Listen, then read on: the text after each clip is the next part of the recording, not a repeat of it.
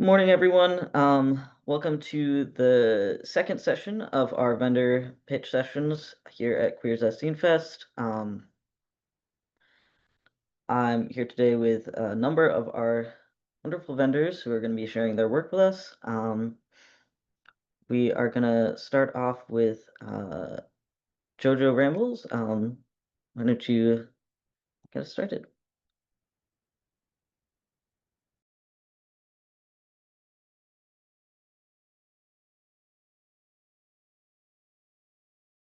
Hi, sorry, I thought I was third in line, but I guess sorry. If you're not ready, we can do someone else first. That's Can we okay. do someone else? I'm so sorry. Yeah, I just wanted to absolutely. check in. Um,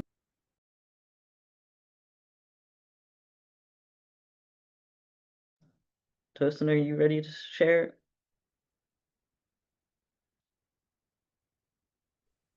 Yes. Okay, Hi, hello perfect. everyone. Morning.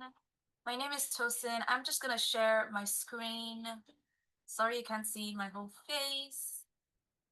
I have a Canva. Can you all see my screen? It looks like. Yeah? Can you all Yep, see my screen? we can see your Yeah. screen. Awesome. Okay, so hi, my name is Tosin Jeruba. Um I'm a Nigerian LGBT refugee based in Brazil. I'm based in the northeast of Brazil. Um, I Sorry for the noise if you can hear any noise. I live in a shelter, and one of the patients is enjoying some kids music. Uh, okay, so I transform small spaces like bookstores and libraries into intersectional third spaces of lived experiences and humor, using personal essays, reviews, and stories in the art form of zines. That's me.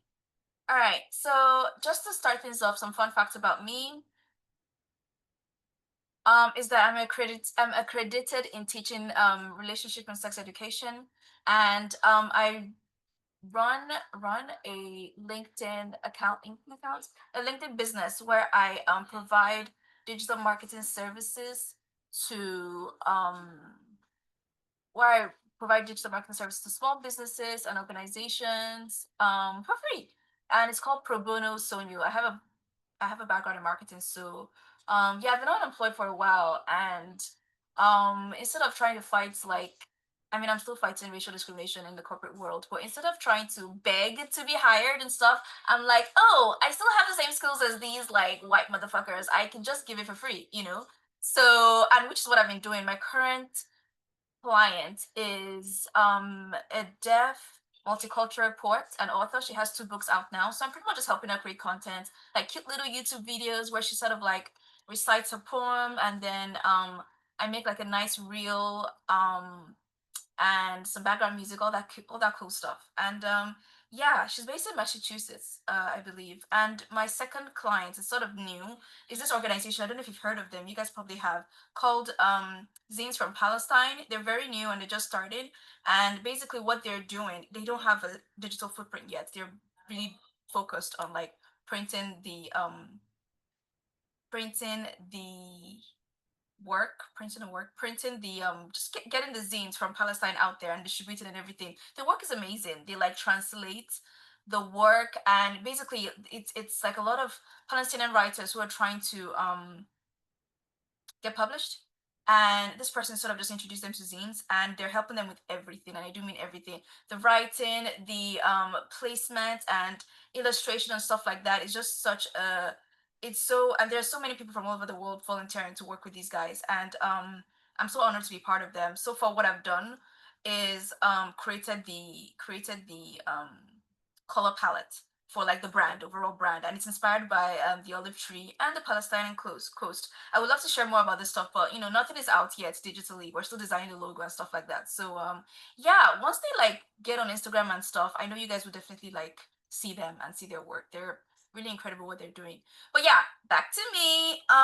So I'm really new to zines, guys. I'm really new. I've been interested in zines since, the lockdown, but I technically made my first zine in February of 2024, and that's when I got fired from one of my corporate jobs from of 2 years. It was an Irish seaweed skincare company, and yeah, it's a lot. The entire thing is a lot, and I document this in my collection of my series called Wage Theft, and it's basically a collection about my experience battling racial stratification in the Irish labor market. So it's been ready since like February 2024, like almost 2 years now. But only part one, Wage Theft, here is like been it's free, like it's all ready, but like only one has been published, I guess. And I'll tell you where you can find it and where you can read it for free later. But yeah, this is basically it. Which that part one is a person about my experience navigating the racial stratification in the Irish labor market, from working as an unpaid intern to working simultaneously as an executive in the seaweed company and as a cleaner in a different company while battling homelessness. Yeah, I was living in a what do you call it, a hostel in Galway at the time. I have good memories from making friends and share in the with the queer community, but also it was just hell. I remember I had to work at the Christmas market, and my goodness, I document in like in I think part one of just getting frostbite and having to pee in a cup. Because I couldn't just leave like thousands of worth of euro of seaweed skincare products unattended to. But whatever. Anyway, part two is taking place in Brazil, and it's talking about working in an exploitative capacity under my partner. I'm a domestic violence survivor, and reflecting on the privilege of my queer slash white friends. And part three is me coming to terms with the cyclical nature of my abuse, along with a sobering realization that there is a reason why all of this is happening. You know, that it's a systemic issue, and I'm not the only one. So read this last it's I'm gonna zoom in actually. It's a what do you call it? It's a mini zine. I'm just gonna zoom in just to flex. When you know, that's Paul Mescal and Debiri. When you know. And Read This Last is basically a mini zine that pretty much documents all the work of this researcher who I'm obsessed with. Her name is Dr. Evan Joseph, and basically she dedicated her whole life to researching racial bias in the Irish labor market. So basically, I document a lot of her work in critical race theory. Yeah, a fun summary of Dr. Evan Joseph's findings as a researcher in the Irish labor market with respect to critical race theory intersecting European nationality and immigration status. So yeah, so that's February 2024. I'm pretty much just gonna read out the timeline of my lived experience and career in zine making. And in May 2024 was kind of like a very validating moment for me because I got to be included in the Black Zine Archive as a Black Zine maker. So I don't know if you know about the Black Zine Archive, but they are a digital archive of Black Zine works from around the world, past, present, and they're based in Baltimore. So they're really cool. I wish they would be more, what's the word, active on socials and stuff. They kind of take a while to respond to messages, but I guess because they're really busy, they all have day jobs and stuff. But the work they're doing is incredible. Starting with the Wage Theft collection, which is available in the Sherwood Forest Zine Library. I think I can go to it here. I'll probably have to share a different screen for that. Actually, I can just wait to the end when I talk about libraries where you can find my work. But that's where you can find actually Wage Theft part one. So my career as a zine writer continued with the inclusion in the Black Zine Archive. And then after this, I began to give virtual, in-person, and hybrid workshops on zine making. So my workshops, you can still see my screen, right? Yeah. So my workshops, they talk about definition and the misconceived origins and history of zines, and the Harlem Renaissance and Literatura du Cordel, zines plus the LGBT timeline, because we have to include how zines are a huge part of LGBT history, especially fighting the AIDS crisis and disseminating information on how you can get help, and just like trying to have a little humor to dark times in the 80s. Zines are obviously, I don't need to tell you guys, a huge part of the LGBT community. And the importance of zines as a self-starter and activist and how to fold a mini zine. That's what my workshop entails. But I basically focus on the Harlem Renaissance, the history of zines starting the Harlem Renaissance, and its connection to something even more that goes further back than the Harlem Renaissance, which is called the Literatura du Cordel. So literatura do cordel basically means cordel literature. Basically means literature on chords. As you can see in this picture right here, this is pretty much what it looks like, and it's a form of zine making that pretty much is, how do I describe literatura do cordel? It is okay. It was brought to Brazil by the Portuguese colonizers, right? And this form of literature is very popular in yeah, it started in Portugal, but it also has history in Spain, Germany, and even Ireland. And basically, there are these stories that a lot of them are like folklore and stuff, and they are listed. They're usually written in like rhymes in sort of like a poetic way. So a lot of the stories and you know folksy folklore that is written there is written with sort of like a rhyme and rhythm to them, and so they can be accompanied with music. And it's really incredible, and it's something that is very very particular to Nordeste culture in the northwest of Brazil. But unfortunately this space is very it's it's it's it's just overrun by men from like back in the day till today. As you can imagine, there's a lot of limitations to women in literacy and publication, and that exists till today. The famous cordelistas of today are mostly men. There are not a lot of women. Like even here, I go to like the city center, and I'm like, there's this guy who sells like a lot of cordels, like the cordel guy, and I'm like, can I have the works by women? I remember one time I went there, I was like, can I have the works by women? And he goes, oh, do you mean works by women or about women? And I'm like, what do I look like to you? Like, if I wanted to read something about women, a work by a man written by men but about women, I would like watch a freaking Hollywood movie. Like, gosh. But yeah, no, he only had like one author, and she's late. And I don't know, it was just so disappointing. And that's why I'm really inspired to sort of create an archive of female cordelistas, right? Past and present. And that's something I'm working on, but I kind of need the funds to do that because, to host a website, involves some other stuff. But yeah, basically that's kind of like a mini goal of mine in the zine space. But basically when I give these workshops, right, I talk about how zines have an ancient history, going back to even further back than the Harlem Renaissance to literature de cordels. I love to make these connections when I give my workshops. So I've given workshops in Ireland. That was in the Writer Society at the University of Galway. That's a little photo of them after I finished the workshop. And they taught them how to write the zine. They turned their pages to sort of start making the zines and writing. It was so incredible. That was my first workshop ever, and it was, I guess, kind of hybrid. And none of like the people who showed up were people who worked in the community itself, like of the writers, like I don't know what you call them, like the board of the writers. So I was very happy about that because I was very shy to have such a huge um yeah, a huge audience, and it was just so lovely. It was really incredible. And so the second workshop I gave was in Brazil. Kind of low-key regrets giving this workshop because getting paid was like a hassle. The first one I didn't get paid, which was fine. Like, I love that. I was happy to do this for free. The second one wanted to pay me. It was at the Museum of the Sea called Alex Belov. It's a private museum, and I don't know, I kind of didn't like it. It was more about this guy, this this Russian Brazilian guy, and less about like the ocean. But whatever, it was kind of, it's a really cool place. It's free to go there on Wednesdays, and I kind of had a blast giving the workshop. It was the first time I was giving it in a second language, so it was a challenge for me, but it was pretty amazing. This is a poster for it, and it was the first one I got paid for. Getting paid was a hassle. I remember, God, I had like a whole ass autistic breakdown at the I don't know what you call it in English. It's called the prefeitura, the bairro. I think it's like a town hall where I'm supposed to give my invoice and get paid and pay the tax. It was hell, hell, hell. But whatever, it's an experience, and yeah, that happened, and it was my first in-person experience. First one doing,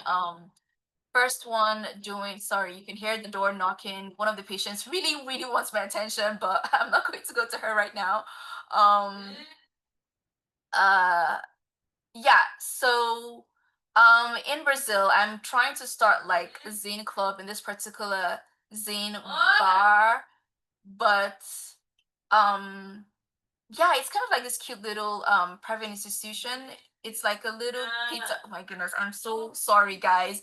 She keeps insisting. How much time do I have? Like, I'm trying to get through it, but You are a little bit over. I'm a little bit over. Oh my It's goodness, I okay. apologize. Okay, yeah, It's let okay. me just wrap up. My goodness. So I gave this talks in Brazil. I gave another one in Nigeria. This was fully virtual. My library, these are the libraries that have my work in. Obodo is physical. Sherwood is in Forest. I'll send these links below. And there's the Biblioteca de Zines, but that's just in Portuguese.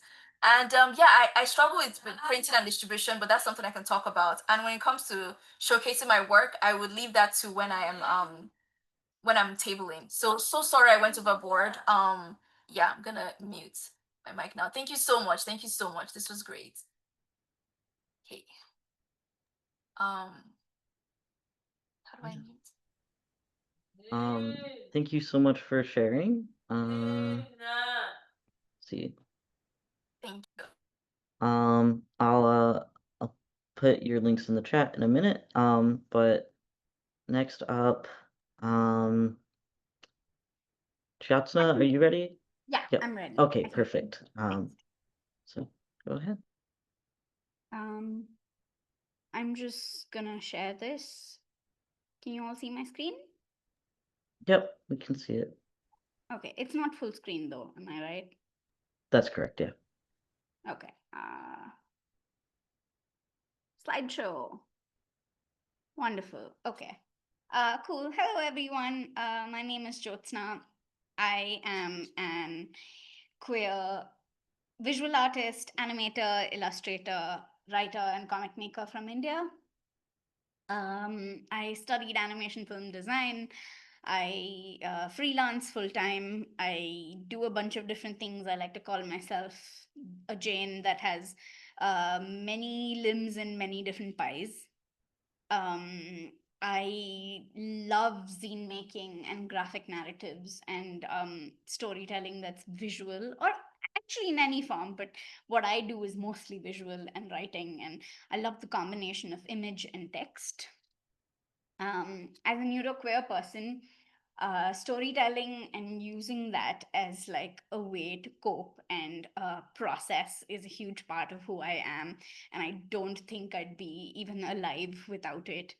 I realized recently that there is a term for the kind of thing I do, which is perzines, which I think when I started making zines a couple years ago, that there wasn't that distinction quite yet, but there was a lot of what I saw as like there were either collectives and anthologies or there were perzines, and now I know that 90% of what I make are perzines. I'm also currently working on different kinds of anthologies, but I do really like taking and taking my personal experiences, adding a political lens to it, and adding a lot of research and making it into a story that is self-contained, the way most zines are.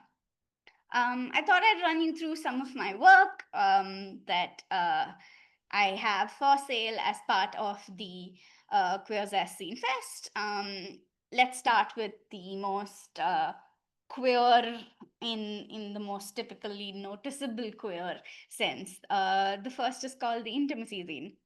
The Intimacy Zine I made during lockdown, and I channeled all my feelings about a long distance relationship into what it felt like to be away from human beings during lockdown, and what just living only digitally, what that's like, where video calls kind of seem flat, but like audio calls have a different audio textural quality to them, but none of that really makes like compares or holds anything up to like what it is to like be physically around someone. And so the Intimacy Zine is really about questioning what intimacy means to us in a hyper digital age, when most of us will at some point or the other be in distance or be apart from so many friends and community or loved ones.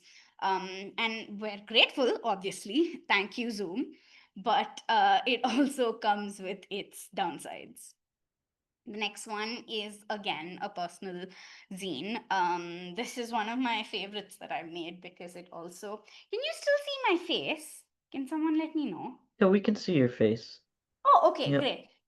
So it's one of my personal favorites because as someone that studied animation and but had a very keen interest in print, one of the things I really like to do is subvert the form of the zine in itself and experiment with that. I've seen such great examples of people doing that, and this is one of my favorites that I've made because it's a zine that has a very unconventional.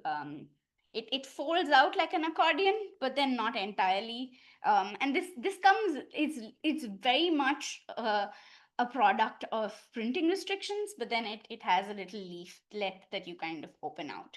So I bought a negligee is a zine about body image issues, and how you can feel really confident and feel a certain way about your body when it's just you, and then suddenly when you have a partner in the equation, when there's spicy time in the bedroom in the equation, suddenly it feels like you haven't just recurated your entire Instagram feed, and it feels like you've not gone to therapy for 4 years and you're right back at square one. So the zine is really about taking what I've learned about bodies and what I find interesting and wonderful about bodies in a live sketching class scenario, and putting that into like practice in the bedroom. Like what actually is a beautiful body to me, because you have such very diverse bodies in life drawing classes, and if I could see different people's bodies as really beautiful, then maybe I could apply that to my own. So yeah, this is another zine. Next is a zine that is a product of a lot of angst and is about dating in the modern world. It's called Swipe Swipe Stalk. I wrote this after I was very done. I wasn't very done. I went back to dating apps in 2021, and I wrote this big rant at the end of 2021, and I sent it to all my friends, and everybody else also seemed to relate to it. So then I was like, you know what? I'm gonna make like an Instagram carousel post and put it out, and then because more is less in my world, I ended up making like a full booklet and a whole zine that really is a rant and a comment on what modern dating feels like as a queer person, and what's great about it, what's really not great about it, and like just how all of us are being nasty to each other but also wonderful to each other, and the kind of friends or not friends you can make, and just how much of a role social media has to play in all of this. So that's Swipe Swipe Stalk. And the last of the zines that I'm going to present here today is the latest and something that's really, really dear to me. It's called the An Ode to a First Apartment. This is more straightforward in terms of a booklet, but it's very unique because this is a zine that's made with images that are found images from my sketchbook. And based on wherever you are in the world and what culture you come from, the age at which you move out will change very drastically. For me, by global standards, it's late, but by Indian standards, it's quite early in terms of I moved out at 25. And this is about what that experience does for you, especially as a queer person, especially as a woman, as someone that has a marginalized gender, what it means to set up home in a space that is your own. The not pretty parts that come with it, the parts that are wonderful, the ability to have a safe space and whatnot. And I don't want to ruin it, but I like that the zine has like a little surprise on the inside that's more tactile. But yeah, so this is An Ode to a First Apartment. Um, in closing up and in conclusion, how am I doing on time, Leaf? You're doing good. You're Okay, doing fine. cool, My great. timer hasn't gone off yet, so. Okay, wonderful. So, okay. In closing up, I kind of just wanted to say that this is all of my work, and it's all available on my Ko-fi, which is linked to my Instagram. And I'm really glad this is my first time participating in the Queer Zest Crime Fest. I'm doing a detailed reading and a showcase on the 21st where I'll be reading through each of my zines if somebody would like to get like a peek into each of them before they order. So please come for that. I would really love to show you more about these. You can read the entire thing. I'll be reading that out loud. It'll be like a zine showcase meets spoken word, spoken reading type thing. But also, I'm doing a workshop with QZZF Fest, and this is a workshop that I'm really, really excited to be hosting. And it's called A Spoonful of Queers.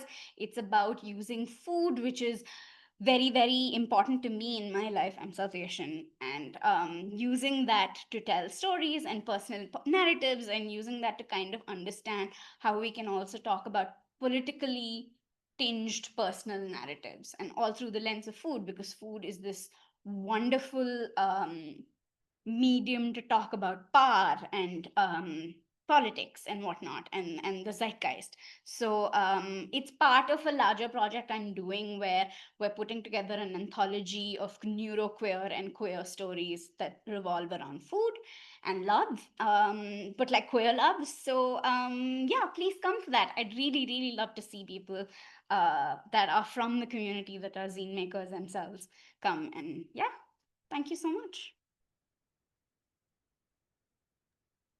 Thank you so much. Let's see. Next up we have Freya Greenwood.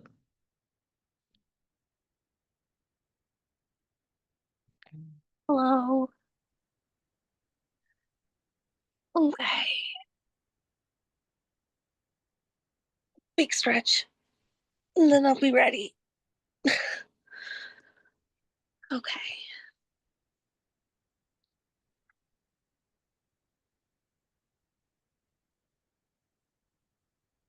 Hello, everyone. I'm Freya. I'm an artist, a poet, and a zine star. I've been doing this work for 6 years now, and it's just been a lot of fun being able to express myself creatively,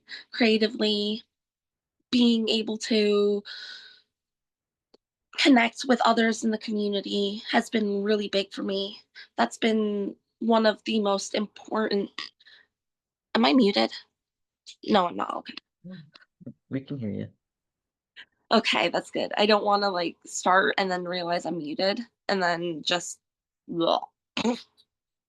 So I'm gonna be presenting my latest 3 zines.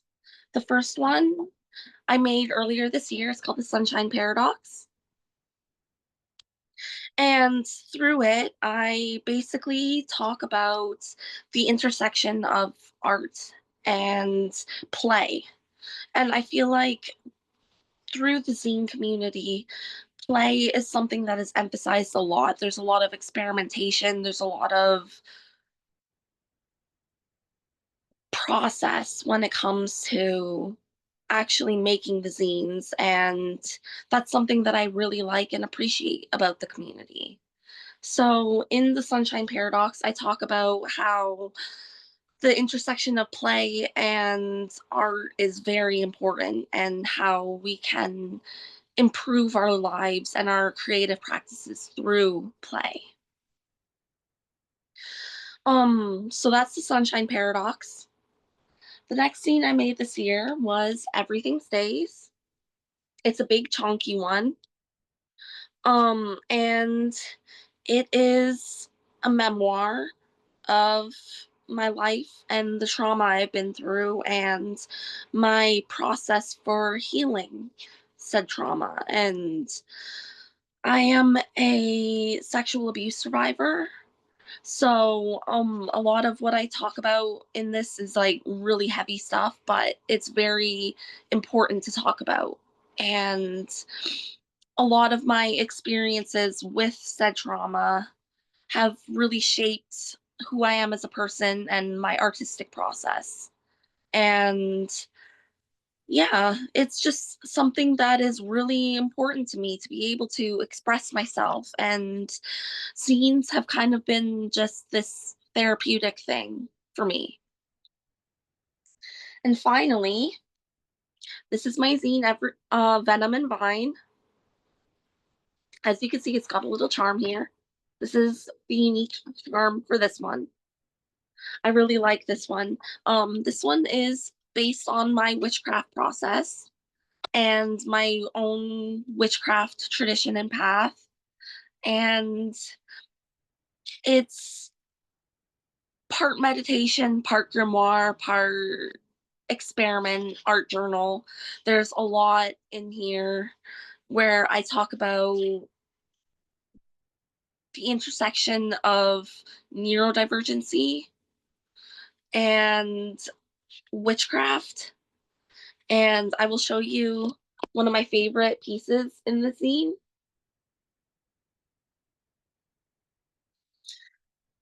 And it's just really special to me to be able to express myself doing this work and working on my art and sharing it with people. And like I said, the community is just so grand and welcoming to everyone that I have just been so honored and blessed to be able to do this work and express myself and connect with others, because connecting with others is just so lovely. And I've made a lot of friends in the zine community, and that's been really great. And I just wanted to take a moment to honor everyone that is a zinester and does this work. Yeah, zine friends are the best friends. They are just amazing. And yeah, I'm very thankful for the community that I've been able to build around my work and everything. And yeah, I'm gonna share some more art. So this is also from Venom and Vine. There is a lot in this. I work primarily in watercolor and collage. So there is a lot of writing and just everything. It is one of my favorite zines I've made this year, and it's just so special. And I'm so honored to be able to do this kind of work. So yeah, I think that's all I really have to say. I don't know if that's been like 10 minutes or so, but I don't really have much more to say. Well, thank you so much for sharing, Freya. I've posted Freya's links in the chat along with everyone else's who's shared so far. And next up we have Magical Squig. Hello. I'm going to share my screen real quick.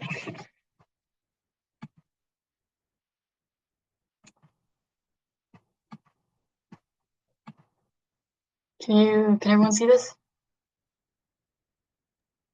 Yep, we can see your screen. Awesome. Okay. Hi, I'm Magical Squig, but you can just call me Squig. My pronouns are she, her, it. I like to market myself as the Arroways human girl writing about polyamorous furry boys. And I'm going to be reading from a script because I suck at improv. But I love a good real loud. As of the 12th, I'm officially 20 years old, and I've been selling what I make for a little over a year now, incorporating my special interests into what I make with stickers, zines, buttons, keychains, all sorts of stuff. I enjoy fandom culture, queer culture, and by proxy, of course, all my favorite characters are villains.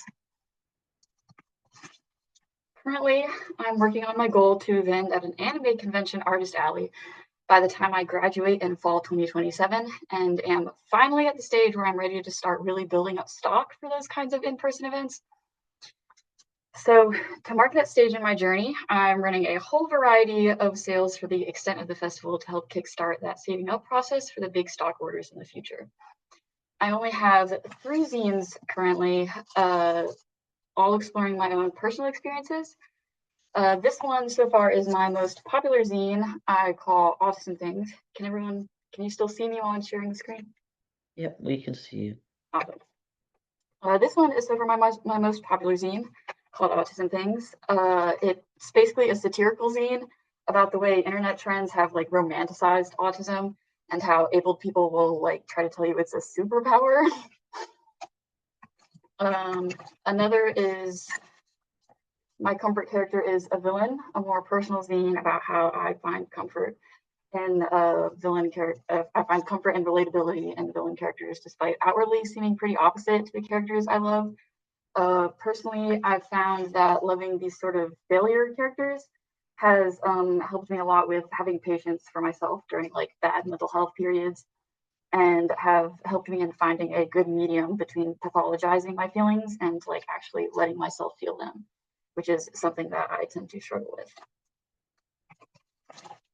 The last I have is A Queer Man's Romantic Struggles and an Airways Artist's Solutions, which is a short story about an old friend and an inside joke we had about how, in my biased opinion, he had not so great taste in men, and how I should just draw up the perfect man for him, and how we concluded the perfect man would be a court jester. Unfortunately, we have parted ways since, and while he loved this, hence the seal of approval, I just don't feel it appropriate to reprint any more of these. So once I'm out of these ones, they're gone. I also have a work in progress that I'm calling Baby Cigarettes, which will be about how recently, in order to overcome decision-making paralysis, I started telling myself they used to give cigarettes to babies. So like whatever I'm doing, even if it ends badly, it can't be as bad as giving cigarettes to babies. Now onto my big project. This is my debut novel, Catnip. I say novel in quotation marks because it's more of a chapter in some ways and in other ways not. I haven't found a word I feel properly describes what this story is, which I feel is almost more fitting, as not quite fitting into labels will eventually be a theme within this story that I'm trying to tell. So Catnip is the first installment of my queer fantasy series combining comics and prose to explore the modern fantasy world of Pacha. These books are approximately 50 pages, as they are written, illustrated, and hand-bound entirely by me, and 50 is about my cutoff to where hand binding starts to get too difficult. So the first chapter serves more as an introduction to the main cast. Serves more as an introduction to the main cast, their history and dynamics, while the second, currently a work in progress, will get more into the actual world building and the start of the real plot. The story will explore this modern fantasy world called Pacha, populated by animal people who live in 3 main countries: Kala, the land; Natus, the sea; Alta, the sky; and a secret 4th place. Now, here's where you can really start to tell I grew up on Percy Jackson, as 2 gods are credited with the creation of all things in this world. There are different religions across this fantasy world, but they all tend to circle around this idea of the sea and earth coming together to create all living things. But within this world, there's no concrete proof that any of these stories are real. While there's only 1 installment out now, this idea has been ruminating in my mind for about 8 years now, and I'm hoping to tell this story in 4 collections of chapters, each following a different set of characters in different key locations around Pacha, so that by the end they'll all like come together to finish off the series. The first collection of chapters will follow my MC10, short for Tennyson, a transgender rabbit and his friends, a bearded dragon named Spencer, and a cat called Theo, in the small Colin town of Tulsiana Hills, as they discover some hard truths about themselves and the town that they grew up in. Now, this series is very much a work in progress, but that's kind of the point. This isn't a traditional book in any way, so I thought, why bother trying to keep it a traditional reading experience?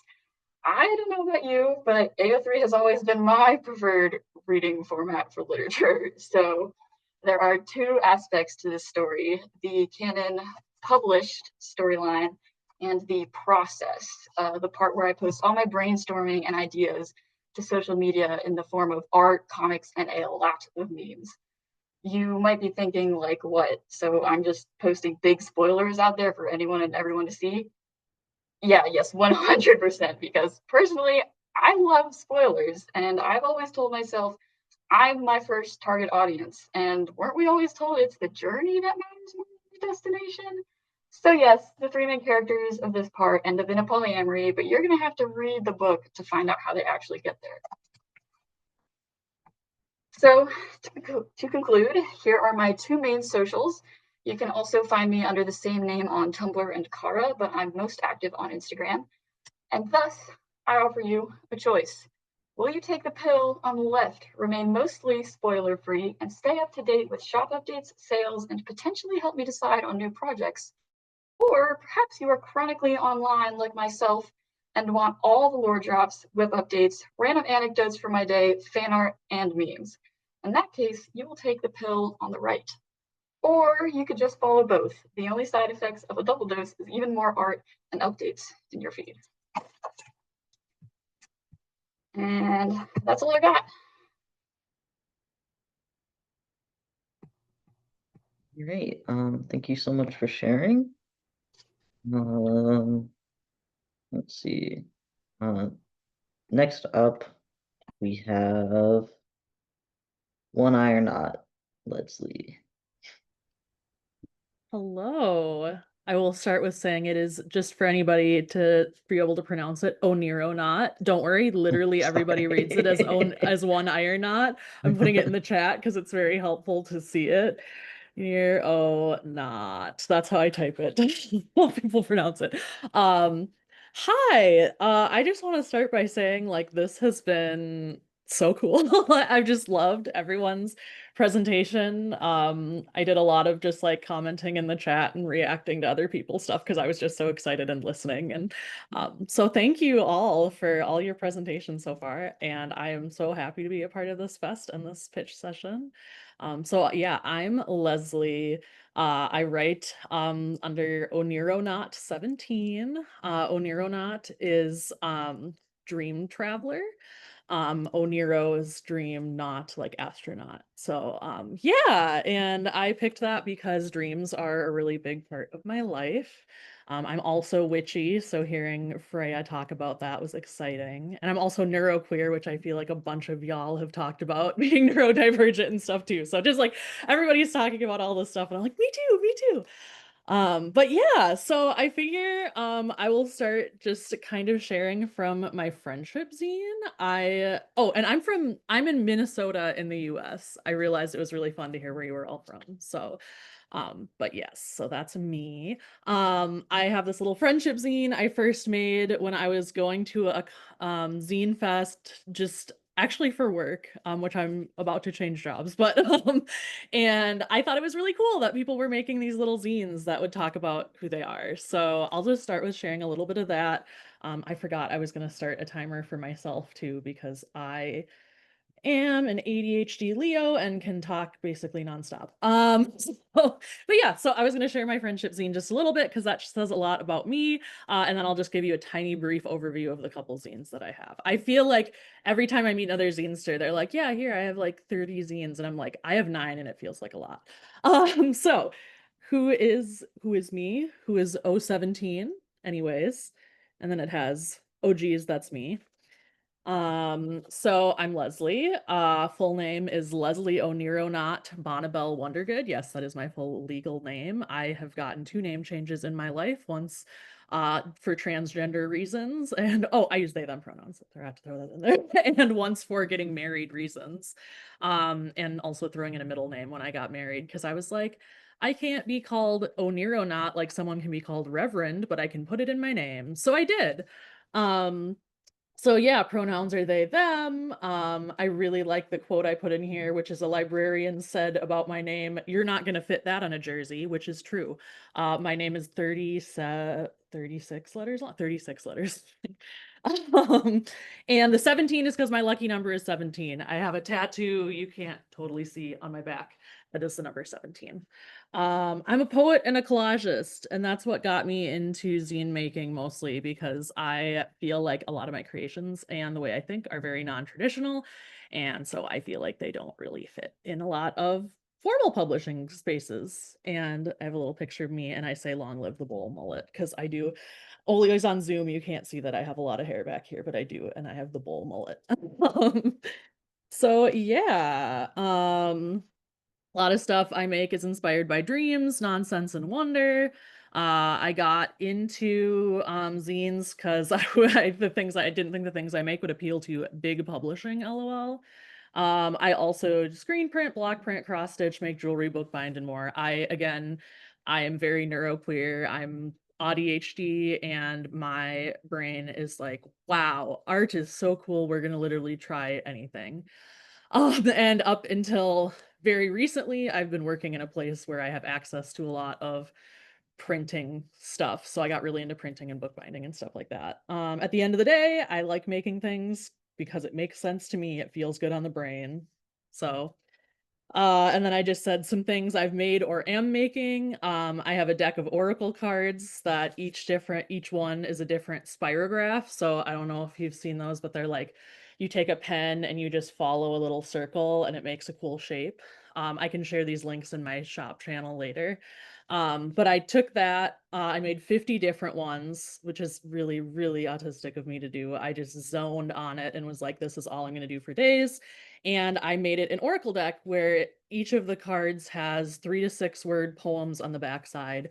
And I digitized it so you can use it online. The deck itself is one of a kind. So, but yeah, I have one of the zines I'll share is a mini TTRPG journaling game. I have a zine that's squares cut out of old National Geographics with typewritten poetry on it. I have an unfinished deck of cards that's a book in a haunted house. I started making magnetic poetry out of a uh it's called the PHQ-9. It's like a thing they give people at the beginning of therapy appointments or like psychiatrist appointments. That's like, have you been feeling down, depressed, or hopeless? I cut that up, made it into magnetic poetry, and started making poems out of it. And a bunch of fun gay bracelets because I like making stuff like that for fun. So yeah, and then I'll drop my website and stuff. And I love making zine buddies. I love making pen pals, etc. So I really look forward to connecting with people. Really quick second half of my elevator pitch will be just a tiny bit about the zines that I have. I keep wiggling my computer when I move. Oh my God. So I wanted to just say, first of all, like I said, I'm a poet and collagist first. Like that's what I started with. And the way I do most of my poetry is blackout kind of poetry, found poems. I usually use the term found poems because I'm not cool where I color it. I'm cool in my other way, but I don't do like the fancy like fill in everything. I just use old books and stuff as a way to kind of disconnect my brain from focusing on having the perfect language and stuff. And that allows me to create pieces that I really like. So a couple of my zines are built around that poetry. I will just really quick share the ones I've got, and I will have a vendor section a week from today. And Jojo is like so prepared to tell you about what the vendor section is like. And I'm like, I have no idea what mine is going to be yet. And I'm really excited about it. But watching everybody else's is inspiring me. So I'm going to be putting it together this week. And I can't wait to see yours too, Jojo. But yeah, so very first zine I made started as a little book I built in an album photo album I antiqued. It's called Anonymous Thought. It is little pictures I found out of like vintage Nat Geos and then wrote poems over. I work very short form. That's another thing. Like y'all are impressive with your like 50-page zines. I'm like, this one's 22 pages. It's my longest, and they're really small pages. I'm very short form, but yeah. So it's a really kind of visually appealing poem. Or poetry collage kind of thing. It's definitely my most ink heavy, like full color zine. And I talk about how I originally made it because it was originally literally typed with a typewriter onto squares of National Geographic. So, yeah, this, and then I transformed it into a zine. I do have the original, but it has been very much torn up into pieces, not literally, like it is still exists, but I just like redid it so many ways so I could try to make it easy to copy and paste as a zine. And eventually I just gave up and remade it in Canva with individual pages. So that was my very first zine. Oh boy, do I not know what order the rest of them go in. That's okay. This was probably one of my next ones, the Maroon Room.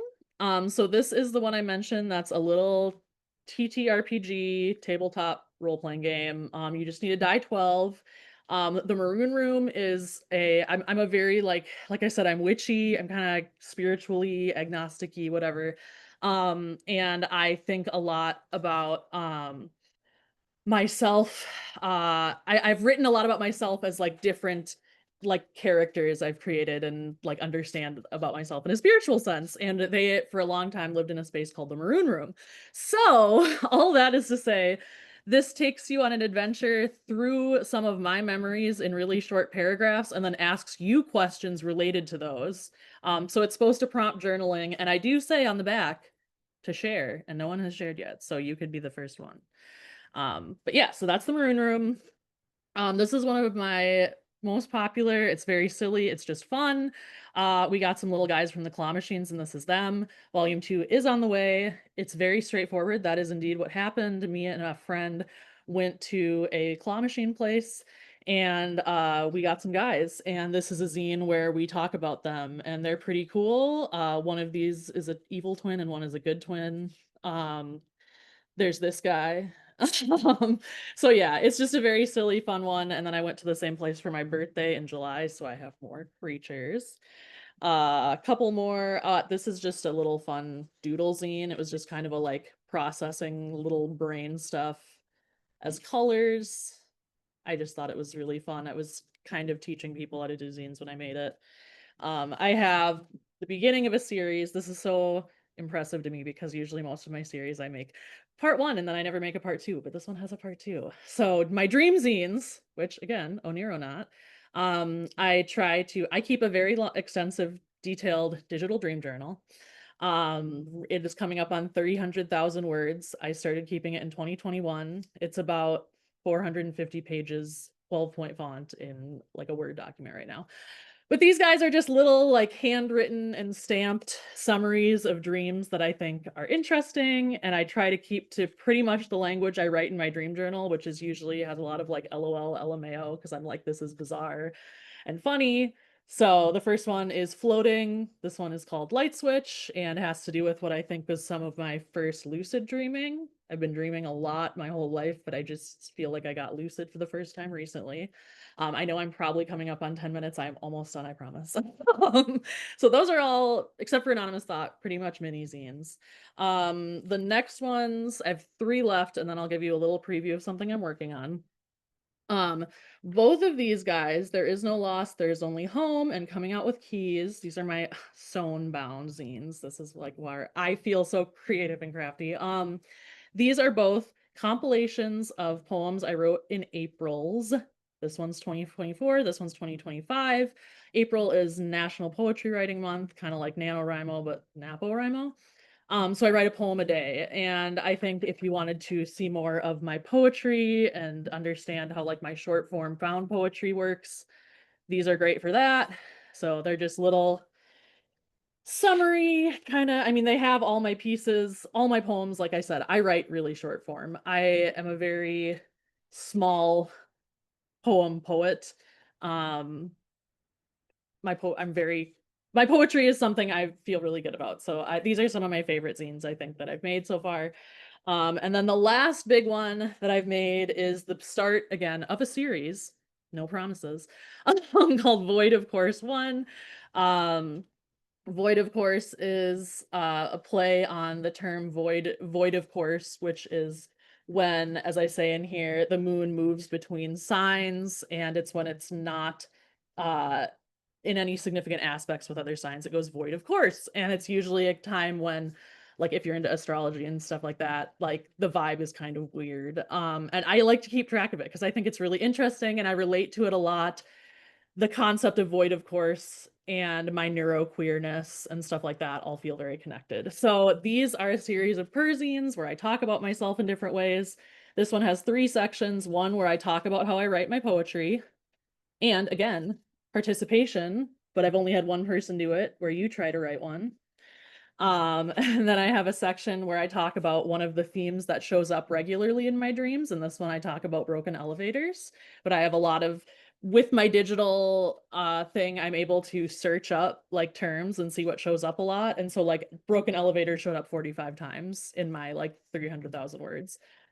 So I'll do a series on like different dream symbols. And then my last one is making the best of it. And it's a little anecdote on being on a cool trip I got to go on this summer to dog sit. And there was some big downsides too. And just like how I, as like a mentally ill person, and also, I mean, just anyone can process like bad stuff and feel better about it in the end. And the very last thing I'm sharing, because I know I'm a little tiny bit over it, is that this is just something I started in a little zine get together recently that I'm excited about. It's a little combo of collage and poetry. The backgrounds are all bingo stampers I got from Buy Nothing. I think they just are super cool and fun colors. And I started doing some poems. I do them as individual pages because otherwise I feel like they're going to bleed through when I do them analog. So that's just the first 4 pages of it. It's going to be a quarter letter 16 pager, so like this in the poetry zines. And all the poems so far have been coming out of a weird science book that I thought was really cool. So that is my elevator pitch. And thank you again for listening. I know I went over, but I really have loved this, and I am really, really excited to hear more about all of your work and see you around the fest and hopefully connect outside of the fest too. So thank you, and I will have a longer thing where I'm reading next week. Thank you. Awesome. Well, thank you so much for sharing, everybody. If you guys have there's any questions about people's work, we can share them now. I wrote some stuff down. Squig, this is not a question, it's more of a comment. The perfect man is a court jester. Um, uh, I didn't write down any qualifications for that, but I want you to know that I played a D&D character for a number of years that was heavily based on the court jester from Shakespeare's which one was it? Shakespeare's play Tempest, who disappears in Act 3. Um, uh, Yeah, I but used yes, to. I love a clown man. Yeah, I used to tell him like every time he would come to me with a new crush, I'd be like, "Would the jester approve?" And he'd be like, That's funny. Let me see. Freya, I wanted to ask, your zine, Everything Stays, is that title from Adventure Time, or did I make that up in my head? It is absolutely from Adventure Time. Awesome. It, That's so pleasing. I do love that song very much. it's So, a very special song to me. So yeah. I used it as the title because it's just, ah, it hit Yeah, yeah. right places. That's good. Yeah. I like that. Um, let me see. Onier or not, you weren't here last year, but I think you would have loved. We had a guy do a workshop on tarot Persines, which was really awesome. I'll see if I can find the recording somewhere to send to you. Um, see. Yeah. Does anyone else have any questions? I will in like 5 seconds. I'm just All like right. still absorbing how cool Nope, everything that's was, so I'm fine. like thinking Yeah. about what I have to ask everyone. Yeah. Yeah, I'm definitely like I'm I always love getting to see everyone's work and seeing the new and interesting and creative things that all the people involved in this fest are doing with their zines. It makes me feel really boring for just making comics. No, I'm not like I don't feel bad about myself. I just like you know. But yeah, you guys make such great comics and Toast and I also wanted to say I think it's really great that you're doing that pro bono marketing work. I think it's awesome that you're able to use your skills in that way to give back to the community and that sort of thing. So Thank you. mm,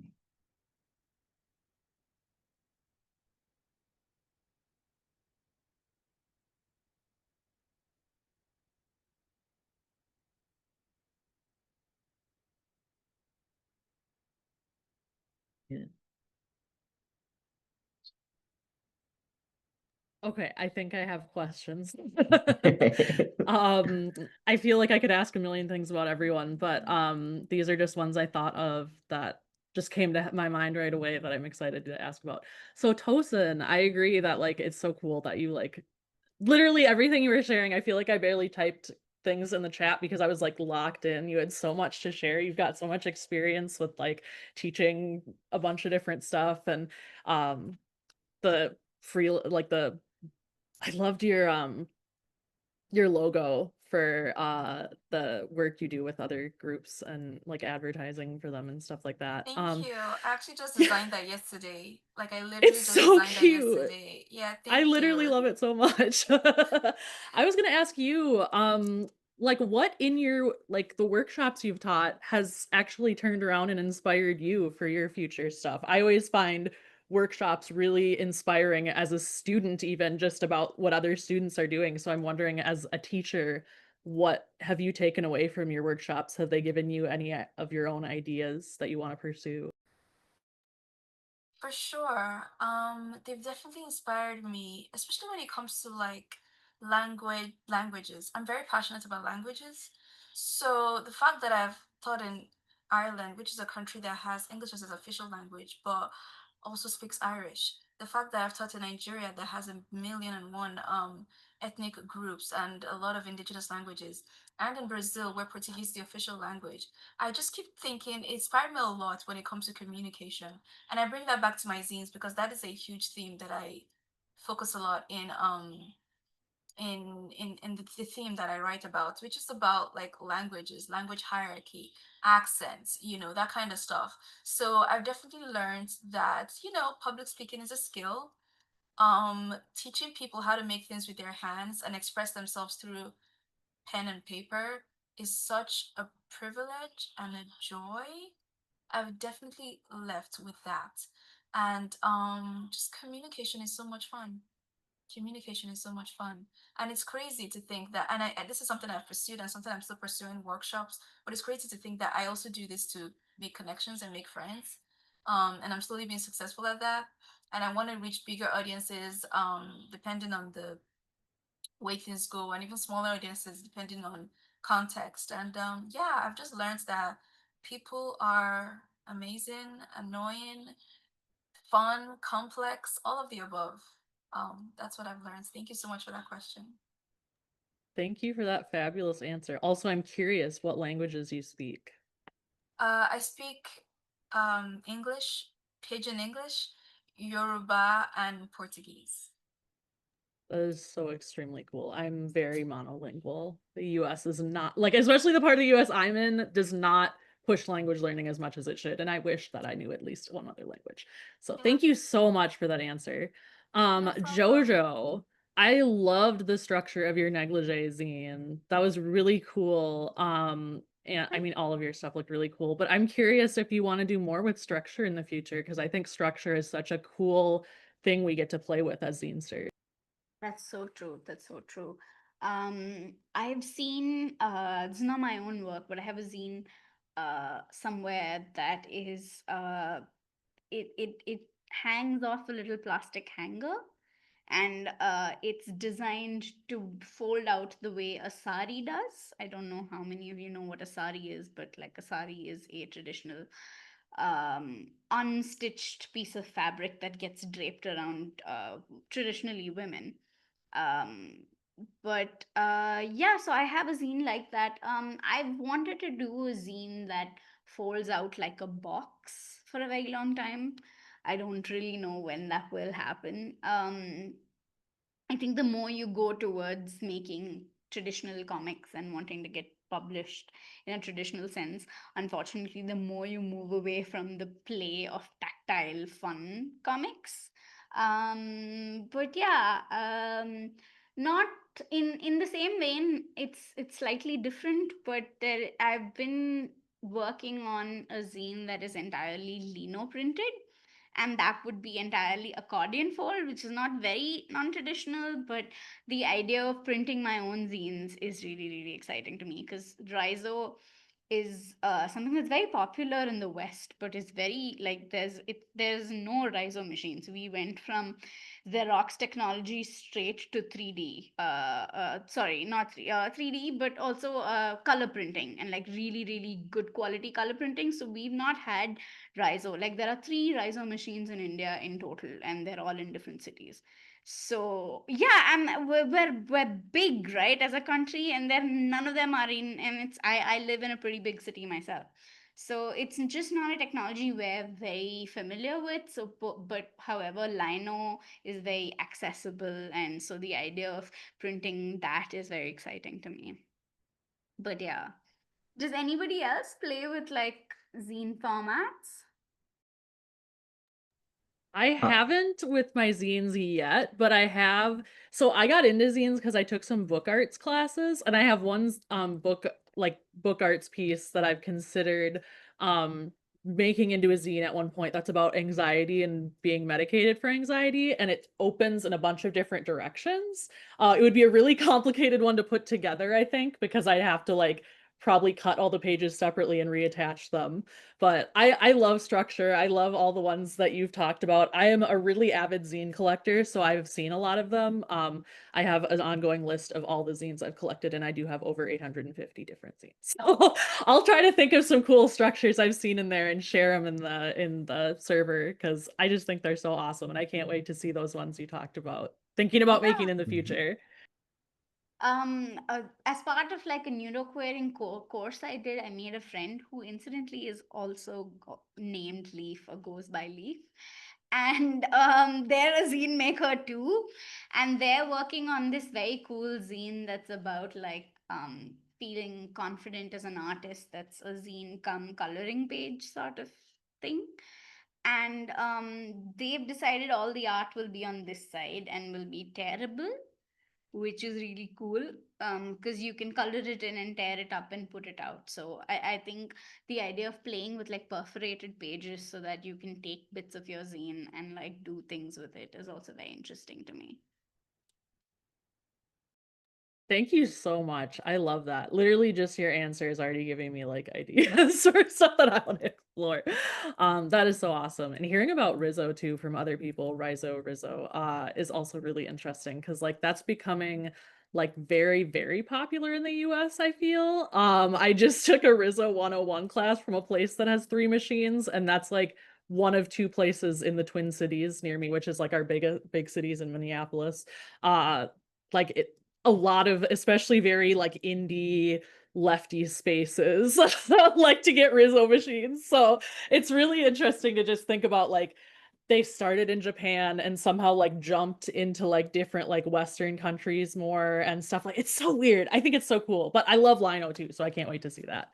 Um Freya, I love that you have witchy stuff in your zines, because I am also a witch and I have always thought about I love the idea of just like connecting those things in my zines. And I was just interested, like, are you planning to do more like connections of like witchcraft and zines? Do you like use zines in your witchcraft at all? I don't know. I just always feel like there's so many cool ideas on making zines or using zines. So yeah, I'm just curious. What is your zine witchiness like? A lot of it is like art witchcraft for me. Like art is a meditation in itself, so I do a lot of like ecstatic work with it where I will just how do I word this? I need a oh, it's too early in the morning for me. Um Art as a meditation itself is very, very evocative for me. And it's something that I really highly value in my witchcraft practice because of its symbolism. Like, because you can include so much symbolism in your art.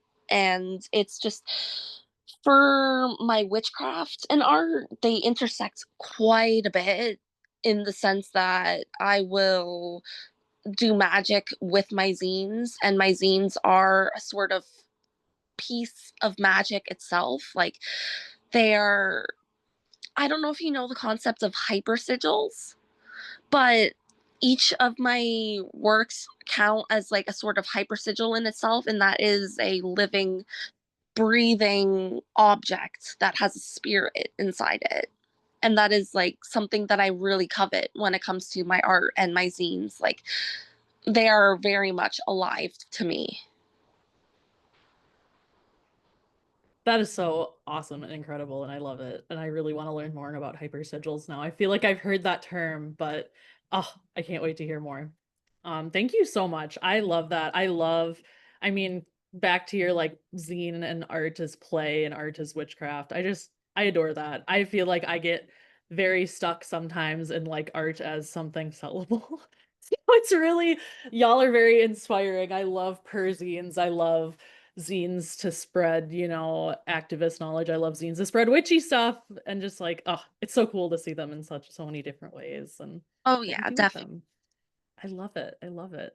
I feel like I think of art in my witchcraft with tarot and oracle decks a lot. So you're inspiring me. I'm gonna think about how to do it with my own craft too. Squig, I want to know a little bit more about your world building. Like, where did the world was the world made for the comics, or did you make the world and then you were like, uh-oh, now I have to like make a whole comic about this? So it's kind of an interesting story, an 8-year long story. um, so I'm just gonna like start with the three main characters that I've started telling the story with. I actually didn't have until like exactly a year ago. My three main characters are of this one are barely like 13 months old. Um, but I've had this world in my head, like I said, for like 8 years. And so my favorite fun fact is this character here, who is one of the main three's little sibling. They are about 3 years older. They are the like oldest character that has like significance in this book. And they are a minor character in comparison. Um, so yeah, I had the like I've had this world solidly, like the two goddess characters are 4-ish years old. The world as a concept I've had that for like ever. It like obviously it starts small and then it just keeps getting bigger and bigger and bigger. Um uh but yeah, these characters are really young, and but when I came up with them, it felt like they were like the final piece I needed to like start tying things all together. Because like before them, I felt like I had like three whole separate ideas going on, and like I knew in my heart they all took place in the same world. But like I couldn't find a way to make that like relevant to each other's story aside from just they're on the same planet. um, and so, but like when I finally came up with these characters, because the way I think about it is think about like I don't plan out my plot. I plan out my characters. I build characters, and the characters, just like the way that they make the plot themselves. Because like, and if they're not making the plot, then you know that the character's not fleshed out enough.